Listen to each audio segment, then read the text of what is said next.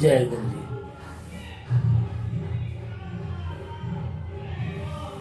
अब आज 7वां अध्याय का पाठ करेंगे। इसका शीर्षक यमदूतों के स्वरूप। देखिए, अब आप पाठ सुनिए। सनत कुमार जी कहते हैं, संपूर्ण मनुष्य 4 प्रकार के पापों से भय उत्पन्न करने वाले भयानक यम देव के लोक को जाने के लिए विवश हो जाते हैं। चित्रगुप्त से लेकर वशिष्ठ आदि मुनि जैसे समस्त जीव शुभ या अशुभ कर्म वाले ऐसा कोई प्राणी नहीं जो यमलोक को नहीं जाता।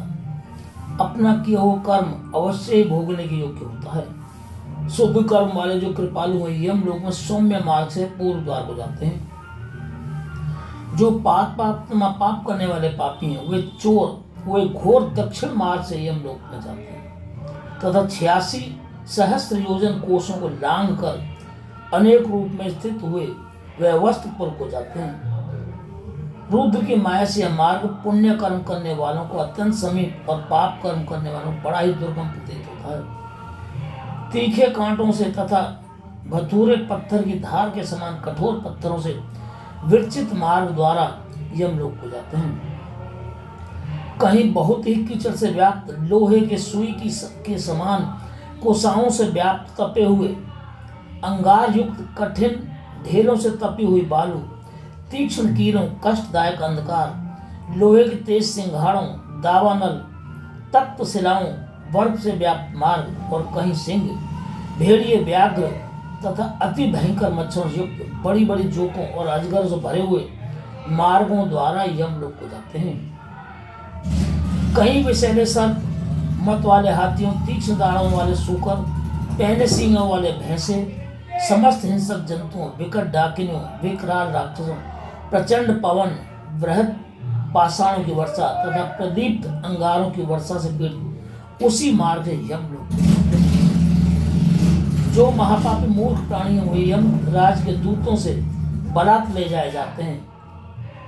अकेले तथा बंधुओं से रहित अपने कर्मों को सोचते बारंबार रोते हैं तथा प्रेत हो वस्त्र रहित बिना सौख्य भयभीत हुए क्षुधा से व्याकुल होते हैं। कोई हृदय से नीचे को मुख किए घसीट जाते हुए अति दुखित व्याल पासों से बंधी हुई रस्सियों से खींच जाते हैं।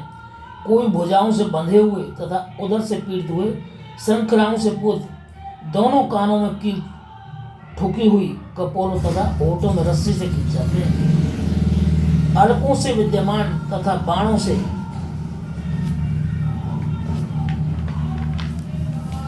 विदीर्ण हुए इधर उधर को दौड़ते हुए निराश्रय हो रोकते हैं। लोहे के दंडों से तथा मुद्गरों से बारंबार मारे जाते हैं। रुधिर मवास टपकते हुए विष्ठा के कीड़ों से नीचे हुए मनुष्य विवश होते हुए जाते हैं। न्याय के कष्ट पूर्वक जब मनुष्य प्रेतपुर को जाते हैं तो यमराज के समक्ष खड़े किए जाते हैं।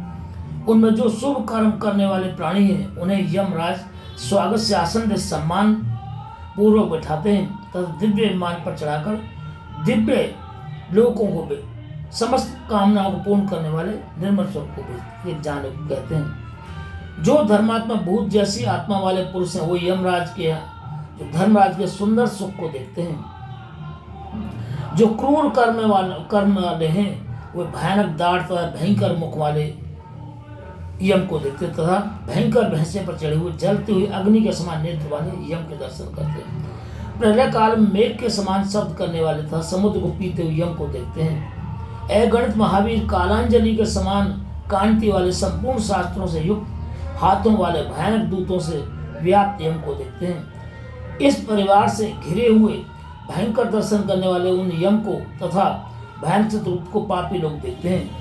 उन उपरोक्त पाप करने वाले जीवों को यमराज अत्यंत ललकारते हैं और भगवान चित्रगुप्त धर्म वाक्यों से बोधन करते हैं। बोलो शिव शंकर भगवान की जय जय। तो ये पाठ संपन्न हुआ। अब अगला पाठ कल करेंगे। ये आज्ञा यानी हमारे पाप कर्मों का फल इसमें बताया जा रहा है। किस पाप के करने से क्या होता है, उनमें क्या क्या कष्ट में झेलने होते हैं। अब ये पाठ ही संपन्न हुआ। आगे पाठ कल करेंगे। जय गुरु जी।